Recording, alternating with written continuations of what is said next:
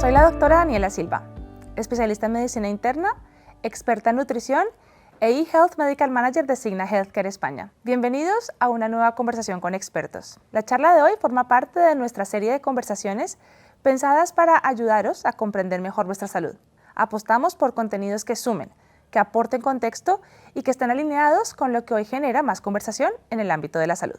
Porque entender mejor lo que ocurre es el primer paso para cuidar mejor de uno mismo y de los demás. En este episodio abordaremos la prevención primaria, es decir, cómo adelantarnos a la enfermedad antes de que aparezca. Veremos qué pruebas debemos hacernos según nuestra edad, sexo y momento vital, adaptando todo esto a nuestros factores de riesgo individuales. Sabemos que a lo largo de la vida las necesidades de salud cambian y por eso es crucial seguir los protocolos médicos adecuados, ya que la medicina actual no se centra solo en tratar síntomas, sino en anticiparse, mediante protocolos claros y personalizados. Un ejemplo claro es el control prostático, recomendado a partir de los 50 años en hombres con riesgo promedio y desde los 40 a 45 años cuando existen antecedentes familiares. El cáncer de próstata es uno de los tumores más frecuentes en el varón y según la American Cancer Society, aproximadamente 1 de cada 8 hombres será diagnosticado a lo largo de su vida. Conocer estas recomendaciones facilita decisiones informadas y favorece una detección precoz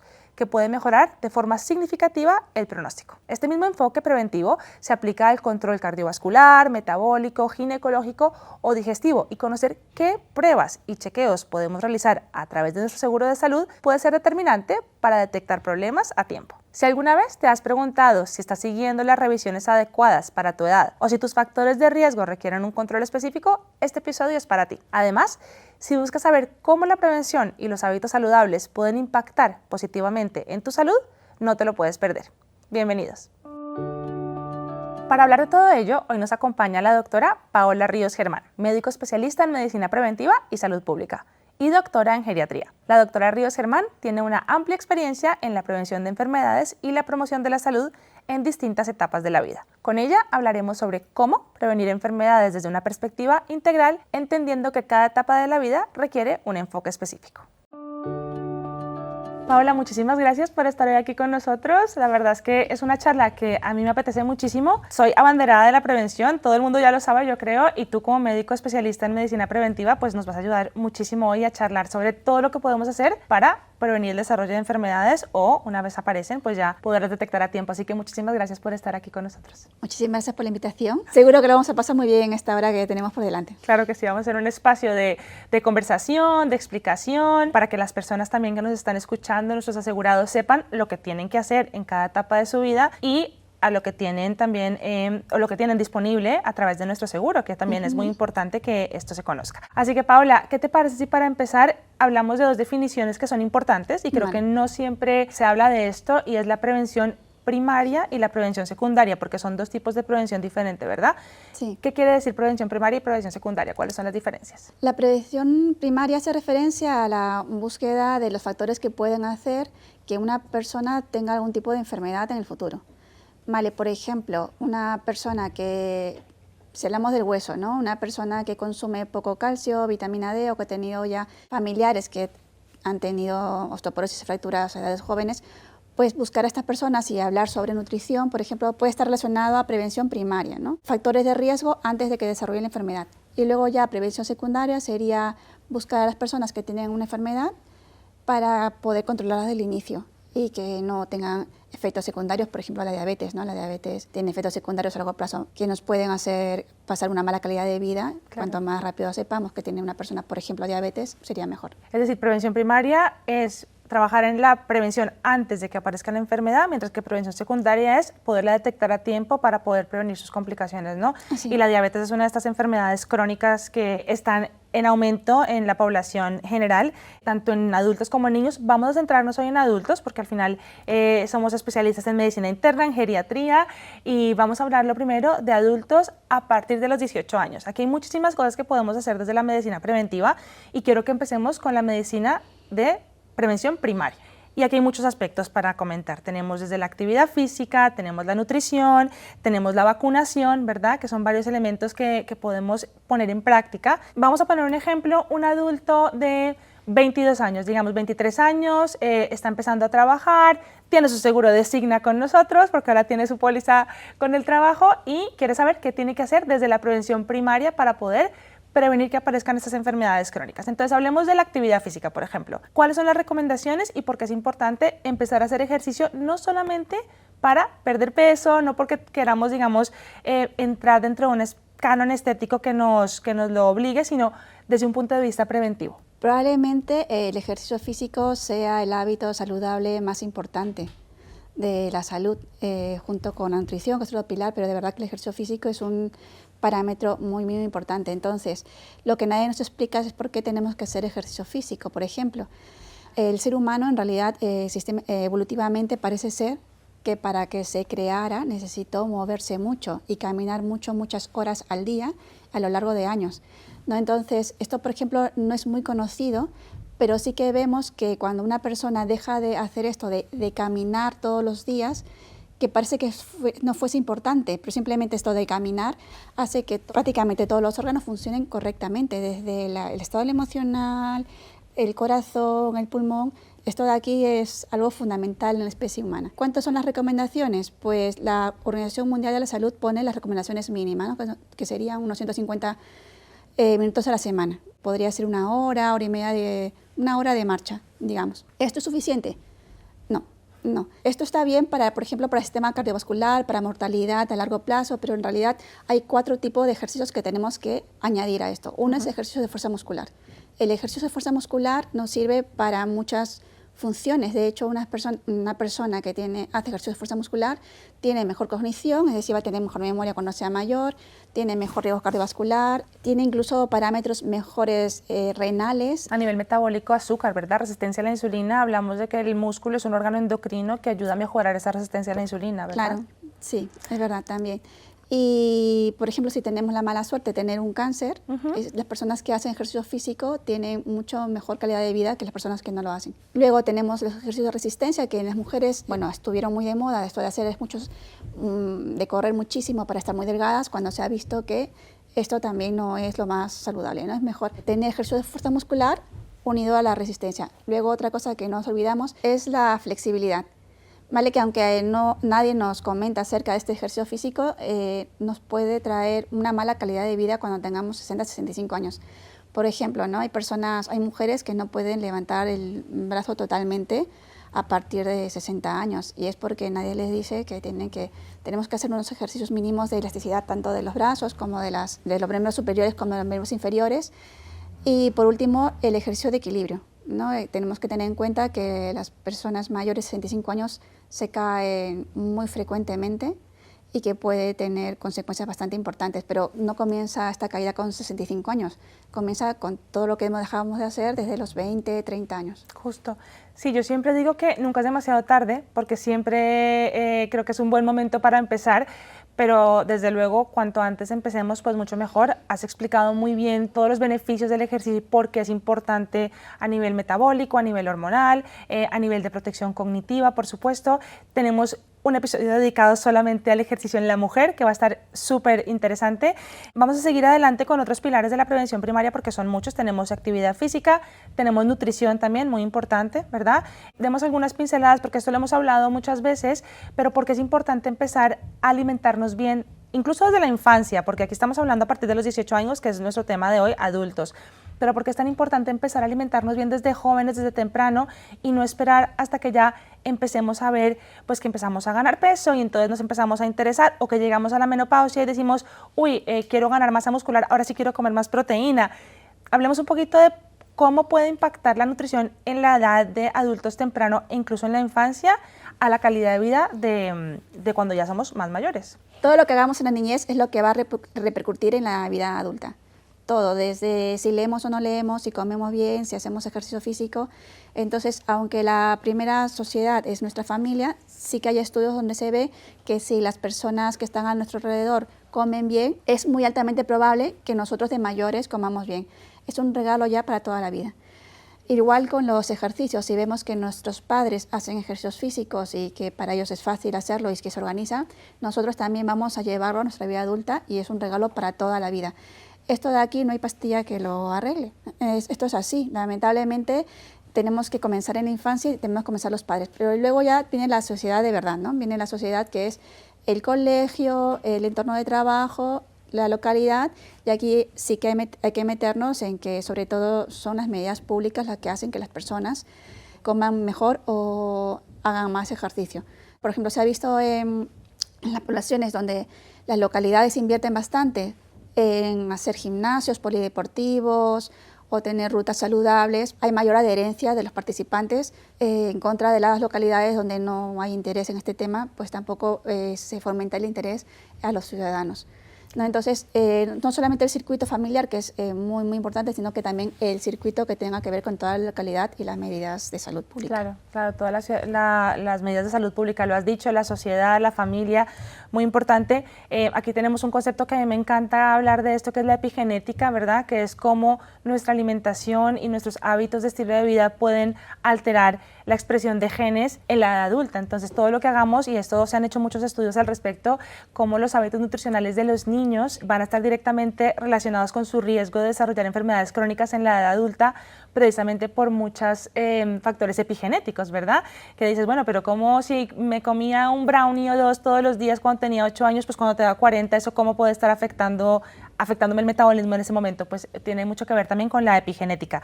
Hablamos de actividad física, nutrición, evidentemente la prevención de tóxicos, sustancias tóxicas, aquí súper importante, alcohol, tabaco, drogas de consumo ilegal. Yo quiero hablar sobre todo sobre el alcohol, porque el alcohol pues, es esa sustancia que además está presente en nuestro día a día casi, ¿verdad? Reuniones familiares, sociales.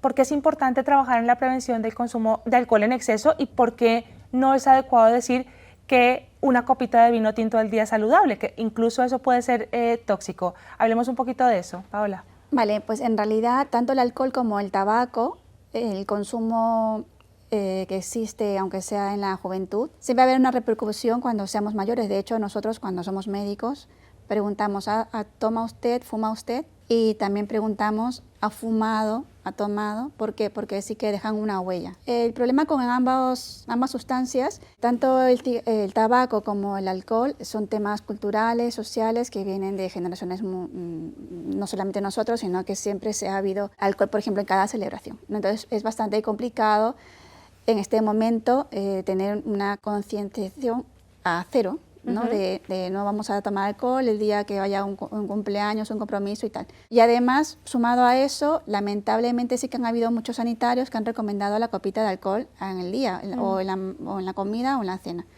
Y yo hasta ahora lo he visto, ¿no? Lo sigo escuchando lamentablemente. Bueno, pues el alcohol en realidad es un tóxico que para poder metabolizarlo el hígado genera otros tóxicos que muchas veces van al cerebro, ¿no? Para poder metabolizar este tóxico se dejan de metabolizar otras sustancias que son más importantes. Entonces, donde más preocupación hay tal vez actualmente es en la prevención de la cognición.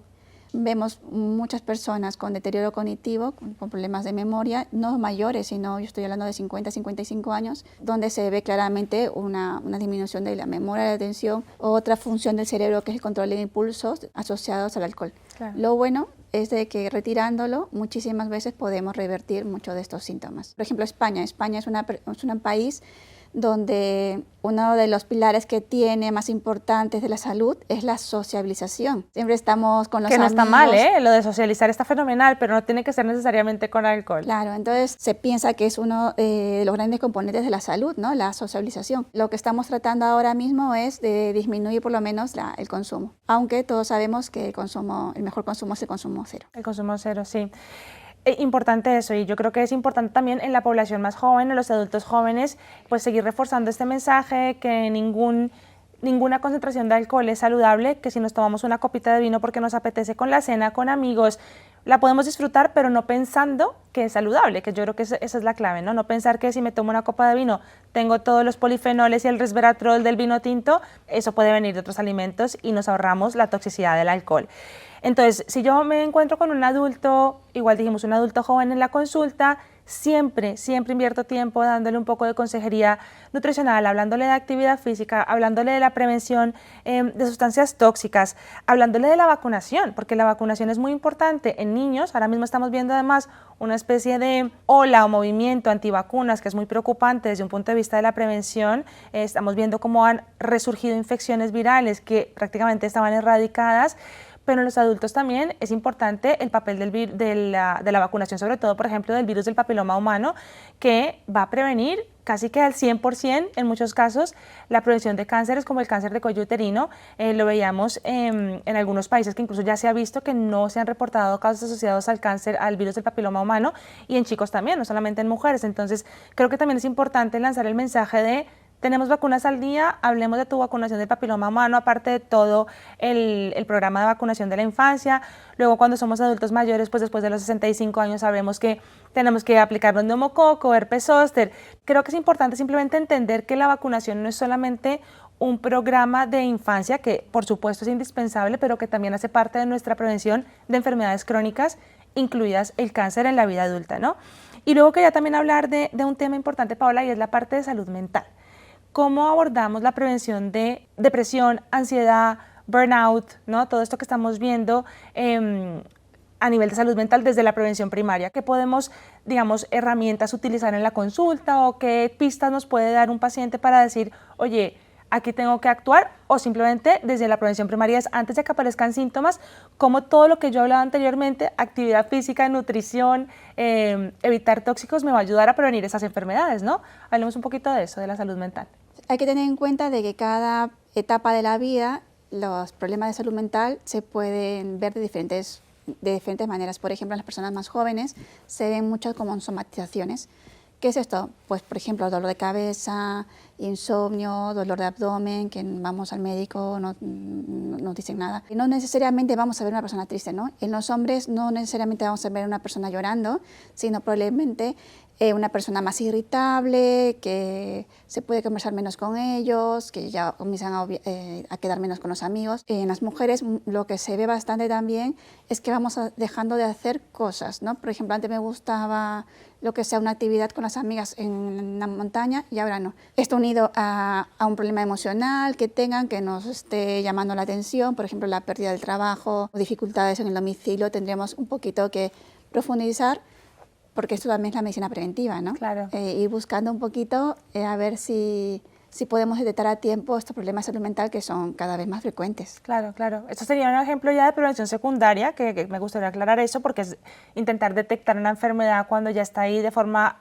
temprana, ¿no? A través de cuestionarios, que existen algunos cuestionarios de cribado en la clínica, a través de señales, actitudes, y ojalá también pudiéramos disponer del tiempo, que muchas veces es lo que nos falta en la consulta, que nos gustaría a lo mejor explorar un poquito más, pero nos hace falta ese tiempo, ¿no? Entonces, lo que has dicho es muy importante. Tenemos esos síntomas que son clásicamente, o sea, son síntomas negativos, se les llama, que son los que clásicamente se le han atribuido a la persona con depresión, pero que no solamente se puede manifestar de esa manera, sino también con, pues, aislamiento social, otra serie, digamos, de cuestiones que no son tan claras. De eso también tenemos unos podcasts que tenemos en nuestro podcast de Cuida tu mente, cuida tu cuerpo, que animo a todos a que los escuchen, porque hemos hablado mucho también de este tema. Así que, hablando un poquito de otro tema de revisiones médicas, me interesa darle un ejemplo a las personas también. Volvemos a lo mismo, adultos jóvenes, muchos no van al médico. Muchos dicen: bueno, tengo un seguro médico, fenomenal, si estoy malo, si me enfermo, si me pasa algo, tengo mi partner que me va a ayudar en todo lo que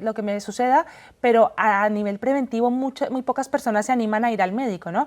¿Por qué es importante ir al médico? Yo diría que uno de los elementos fundamentales de ir al médico, hacer las revisiones, es una toma de tensión arterial, que es importantísimo, pero también una exploración física y una serie de exámenes de laboratorio que deberíamos hacer desde que somos adultos jóvenes para poder detectar esas enfermedades que pueden aparecer de manera temprana, ¿no? Entonces, en una práctica clínica, digamos, Paola, ¿tú qué recomendarías en cuanto a exámenes de analíticas, exploración física que debemos hacer en un adulto joven que quiere cuidarse a través de la prevención?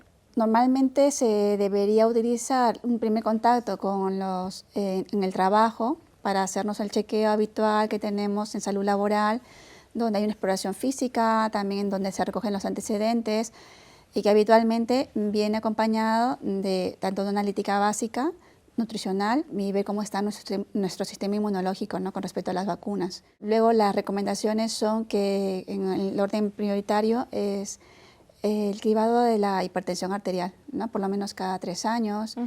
Conforme pasan los años también el cribado de la diabetes mellitus, sobre todo si hay sobrepeso o obesidad. Luego vamos a seguir avanzando en la edad y tenemos que comenzar también a ver el cribado del colesterol, ¿no? Que sí que es importante para evitar enfermedades cardiovasculares cuando seamos mayores. Estar a ciegas yo creo que no es recomendable. Por lo menos tenemos que tener una primera toma de contacto y probablemente en esa toma de contacto, que habitualmente suele ser en salud laboral cuando llegas por primera vez a un trabajo, que el médico pueda decidir, ¿no? Mira, cada 2 años o cada 3 años te vamos a hacer un control. Justo. Pero 0, yo creo que no. Es que yo creo que eso es clave, ¿no? Porque al final, una vez vemos a nuestro médico y determina nuestro riesgo, nos puede ya dar como una especie de pauta de te quiero volver a repetir esta analítica en 2 años, en 6 meses, en 1 año, es decir, dependiendo mucho. Muy importante lo que has dicho del cribado de la diabetes, una glucemia en ayunas y muchas veces una hemoglobina glicosilada, son analíticas que se pueden hacer en la consulta de medicina primaria, de familia, interna. Hay un marcador nuevo también en cuanto al perfil lipídico que has dicho, que a mí me llama mucho la atención, que es la lipoproteína A, que también se habla mucho en redes, hay muchos cardiólogos que además hablan de este tema y me parece interesante porque es verdad que es un marcador que muchas sociedades proponen como una pieza de información adicional que nos ayuda a determinar el riesgo cardiovascular en el futuro, que va un poco separado del perfil lipídico tradicional, colesterol total, HDL, LDL, triglicéridos que siempre pedimos. Esa lipoproteína yo creo que tiene un valor interesante. Hablamos de la glucosa y hablamos de la exploración física, pues tú lo has dicho, tensión arterial, peso, perímetro abdominal, ¿verdad? Porque a veces el peso también nos puede generar como una especie de información que no siempre es 100% fiable dependiendo de la morfología de la persona, entonces el perímetro abdominal es muy importante, ¿verdad? Sí, a ver, el peso es un parámetro que se utilizó hace muchísimas décadas en una población concreta, que era una población europea, que en personas muy, muy jóvenes. Entonces se ha tratado de extrapolar este tipo de concepto a todo el globo terráqueo, cuando en realidad no todo el mundo tiene la misma morfología, ¿no? Es decir, una persona asiática no es igual que una persona europea o una persona nativa americana no es igual que una persona europea. Entonces lo que se piensa ahora es que sí es un parámetro, pero un parámetro que tenemos que tomarlo con pinzas, ¿no? Es decir, una persona que pesa 70 kilos y que mide 1,65 m, pero muscularmente está bastante fuerte, es una cosa a que una persona que nunca hace gimnasia, ¿no? Entonces, una de las cosas que se pueden ver es el porcentaje de graso y luego lo otro es tener el perímetro abdominal en cuanto al rango, ¿no? Que depende de los hombres y las mujeres, va a ser un parámetro otro y que nos puede indicar factores de cardiovasculares a largo plazo. Justo.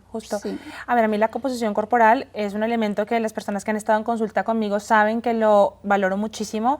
Es fundamental también de cara a plantear un plan de entrenamiento, un plan nutricional, hacer una especie de seguimiento, porque cuando nos fiamos solamente del peso, muchas personas también se frustran. Cuando quieren empezar a tener una vida más saludable y a ejercitarse más, se pesan y a lo mejor no ven cambios en el peso y dicen, pero un momento, ¿cómo es que llevo yendo al gimnasio todo este tiempo, me estoy alimentando mejor y el peso está igual? Pues a lo mejor es que ha habido una recomposición de esa grasa y de ese músculo que es tan importante.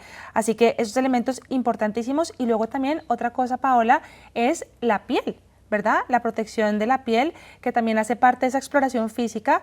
No necesariamente tiene que ser con dermatólogo, aunque en Signa siempre lo hablamos con nuestros pacientes. Nuestros pacientes, nuestros asegurados, pueden ir a consulta con dermatología sin necesidad de una derivación previa por su médico de atención primaria.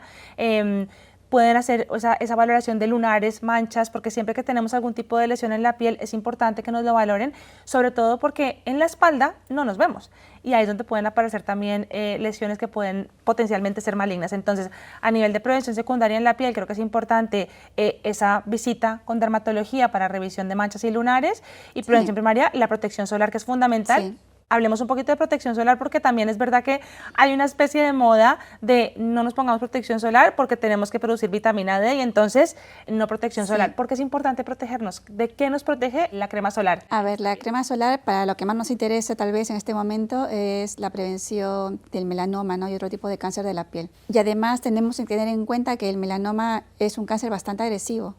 Por ejemplo, una vez tuve una señora que tenía un bultito negro aquí, se cayó y lo que tenía ya era, ¿no?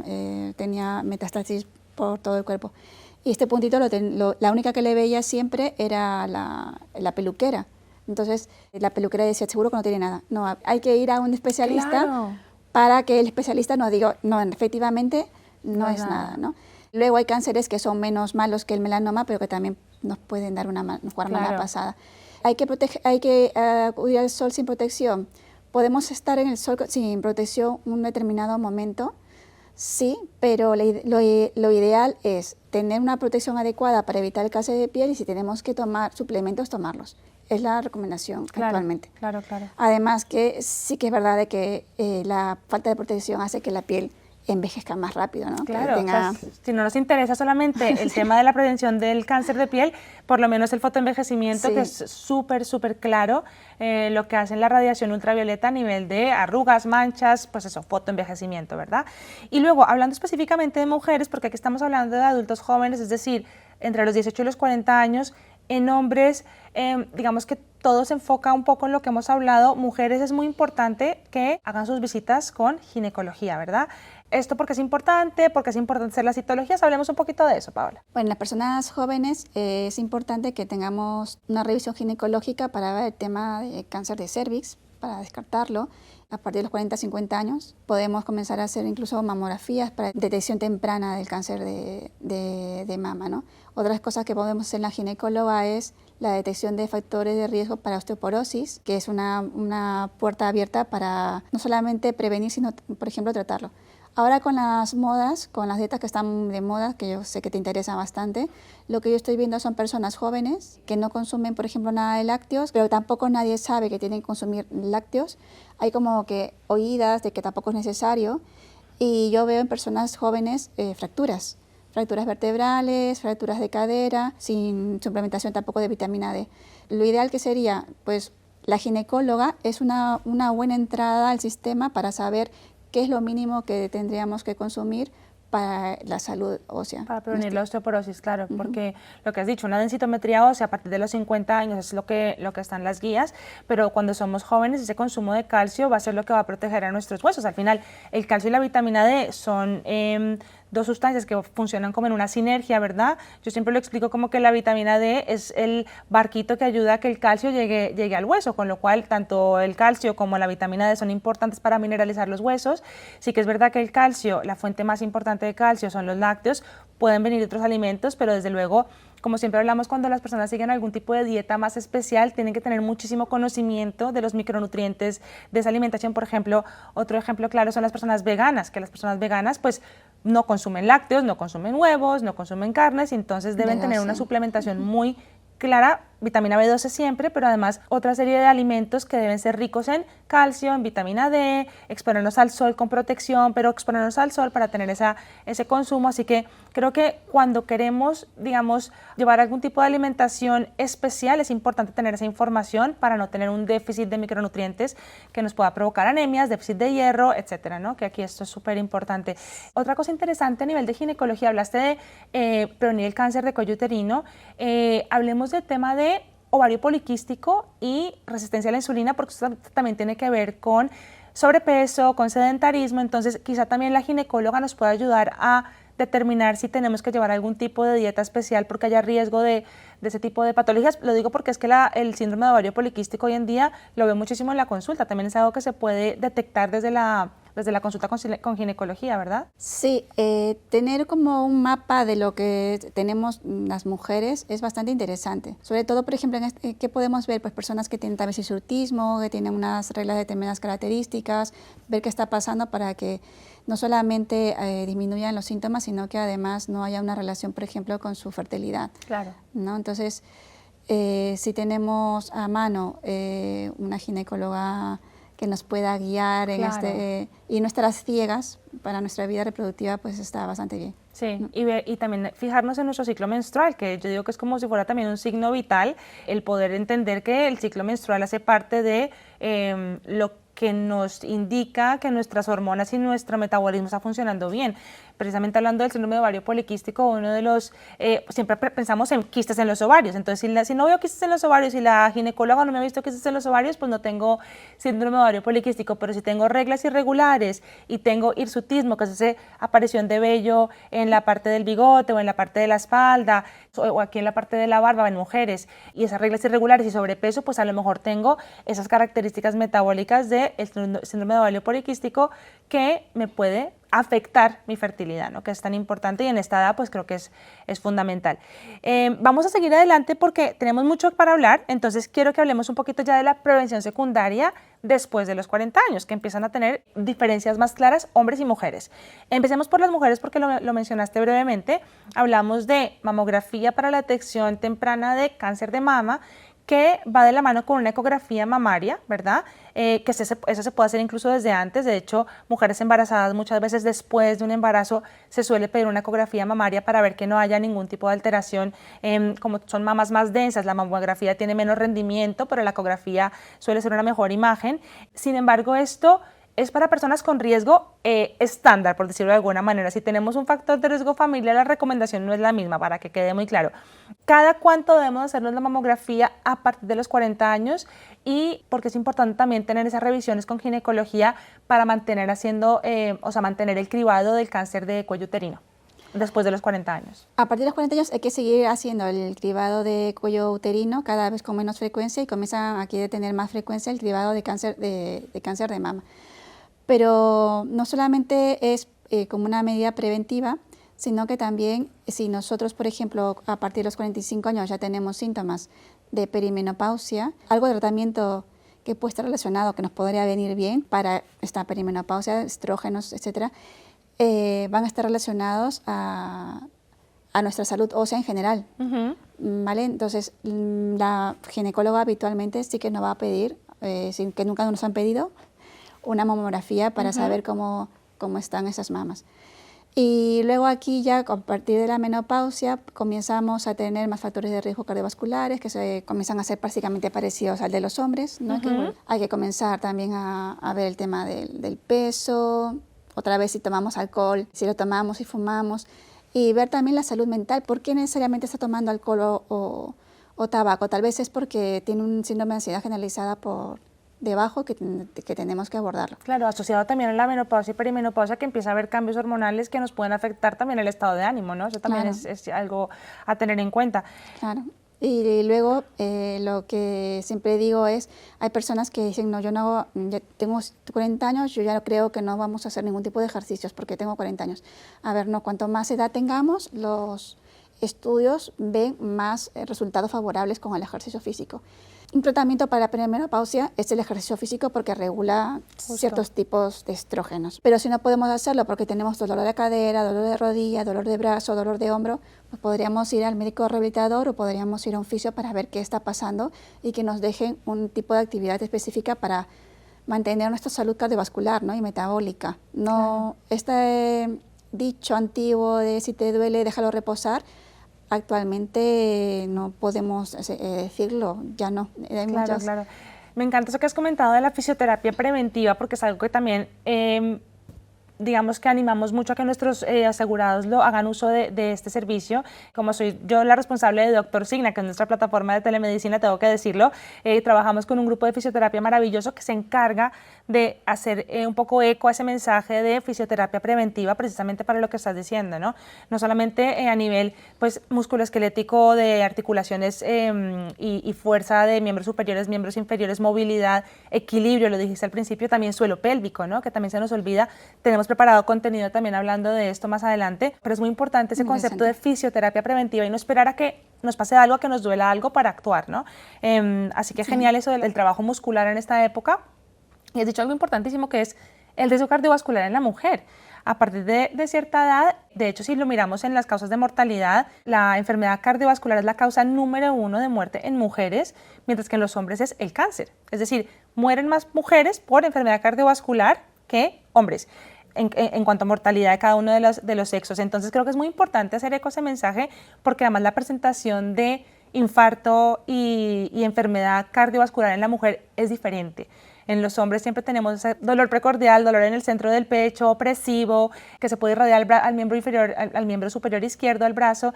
En mujeres puede ser diferente, ¿no? Puede ser náuseas, me siento mal, no me encuentro bien, con lo cual trabajar desde la prevención, sobre todo en esta época donde el descenso de estrógenos va a determinar un aumento en nuestro riesgo cardiovascular, yo creo que es fundamental, ¿no? Tomar tensión arterial, control de peso, alimentación, trabajo de fuerza, trabajo cardiovascular también, en la medida de lo posible, muy importante. Luego, a partir de los 40 años en hombres realmente tenemos un poco igual, ¿no? Los hombres como que aquí tienen menos targets específicos, pero a partir de los 50 la cosa cambia, aquí hay más cositas para hacer, ¿no? Entonces hablemos de qué tenemos que hacer a partir de los 50 años en hombres y en mujeres. Vale, pues a partir de los 50 años comenzamos también con los problemas de detección temprana de cáncer de colon. Tenemos que tener algún tipo de parámetro que habitualmente eso lo vas a indicar tú como médico, pero sí que es importante dentro de los parámetros que podemos ver en una consulta preventiva sería el hemograma, la ferritina, ¿no? Por ejemplo, si la ferritina, el hierro en los hombres está muy bajo, pues tendremos que sospechar de que está teniendo una pérdida. Claro. Y habitualmente las pérdidas sanguíneas ocultas están muy relacionadas al cáncer.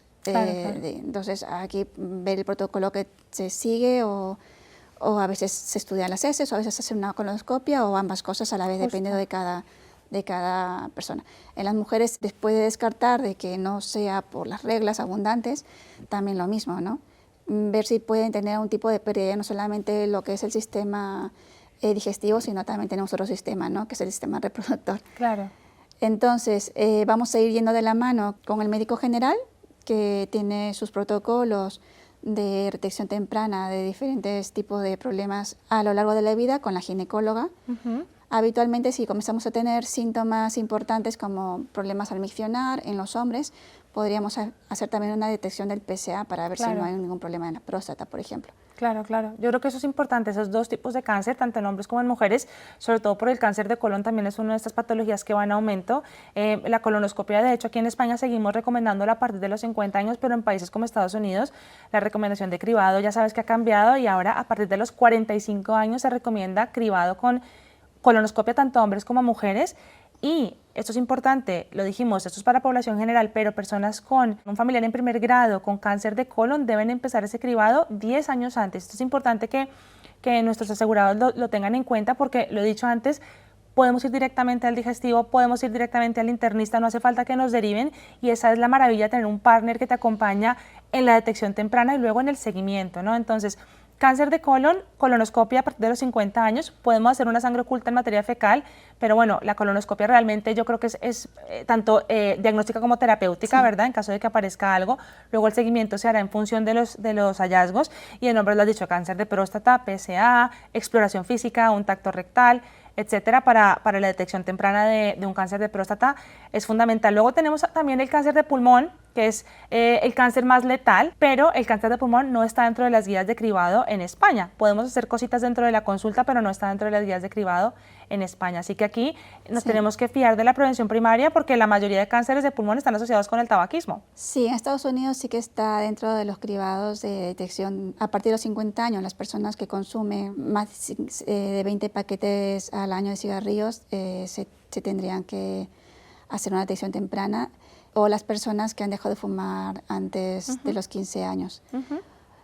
¿Por qué? Porque muchas veces el cáncer de pulmón es bastante silente hasta que ya está avanzado. Hasta que está avanzado. Justo, sí. Entonces, se hace un TAC de baja dosis, ¿verdad? Perdón que te he interrumpido, para poder detectar esas lesiones más tempranas en personas que son asintomáticas. De eso va la detección temprana y la prevención secundaria. Paola, se nos está un poco acabando ya nuestro tiempo. Creo que hemos hecho un recorrido por toda nuestra vida, desde los 18 años hasta después de los 50. Siempre tenemos que trabajar en la detección, en la prevención primaria. Ese es como nuestro pilar fundamental, ejercicio tan importante. Quería hacer un poquito comentar brevemente un programa que tenemos en Cigna, que es nuestro programa de Case Management, porque hablando un poco de los cánceres del paciente oncológico, a mí me parece fundamental el acompañamiento. Esto de poder detectar temprano, pero en caso de que aparezca algo, puedo contar con mi partner, puedo contar con mi seguro, puedo contar con mis médicos. Esto yo creo que al asegurado al paciente le da muchísima tranquilidad, muchísima paz, ¿verdad? Y ese seguimiento al paciente oncológico que tenemos en Cigna a través de nuestro programa de Case Management, donde tenemos una enfermera que llama, que te pregunta, que te guía, que te puede incluso dar pautas de oye, es que no sé muy bien cómo pedir esta cita, no te preocupes que yo te ayudo, hoy no me encuentro bien, ¿qué te pasa? ¿No? Ese seguimiento, y creo que tú también has tenido experiencia en programas similares, ¿no? ¿Verdad? En el hospital hay ese tipo también de seguimientos con pacientes oncológicos en geriatría incluso, o pacientes con enfermedades crónicas severas. Sí, cada vez vemos que es más importante este tipo de manejo conjunto, donde muchísimas veces es la enfermera la que lleva el programa, la que se encarga de saber quiénes son los pacientes en riesgo y de, digamos, tener una monitorización más cerca, ¿no? Yo lo que he visto en programas son tanto de cáncer, de colon, tanto para en geriatría como, por ejemplo, ya los cirujanos cuando te enseñan a hacer alguien tiene que enseñarte a manejar la ostomía, ¿no? Claro, claro. Luego pacientes con insuficiencia cardíaca, por ejemplo, hay una localidad al sur de Madrid donde hay una enfermera, donde todas las personas que tienen insuficiencia cardíaca avanzada tienen contacto directo con ella, porque probablemente necesites un diurético en tu casa un día o dos. Los pacientes altamente complejos, o también en las residencias, ¿no? Ahora mismo, por ejemplo, en la Comunidad de Madrid sí que hay, cada los hospitales tienen que tener centros especializados que puedan estar mano a mano con las residencias, ¿no? Entonces, los pacientes más complejos son los que se están beneficiando de este tipo de intervención, que me parece estupendo que la hagáis. Sí, la verdad es que sí, es que en geriatría, sobre todo, porque aquí estamos hablando de paciente oncológico a cualquier edad, pero en geriatría creo que es donde tenemos más estudios en cuanto a evidencia de mejoría de desenlaces, ¿no? De mejor calidad de vida, incluso al final de la vida también ese acompañamiento, pues creo que es muy importante y le ayuda al paciente y a su familia a tener mejores momentos y mejor calidad de vida. Pues Paola, creo que con esto vamos a terminar nuestro viaje por la vida, por estas diferentes etapas de prevención primaria y secundaria. Se nos queda mucho por profundizar, pero bueno, la idea era dar unas pinceladas para que supiéramos qué tenemos que hacer, en qué momento y la importancia de todas estas intervenciones para cuidar de nuestra salud. Muchas gracias por la invitación, le he pasado muy bien. Y a vosotros muchas gracias por acompañarnos, espero que lo hayáis aprovechado y que sigáis nuestros consejos para prevenir enfermedades crónicas y continuar teniendo una vida saludable.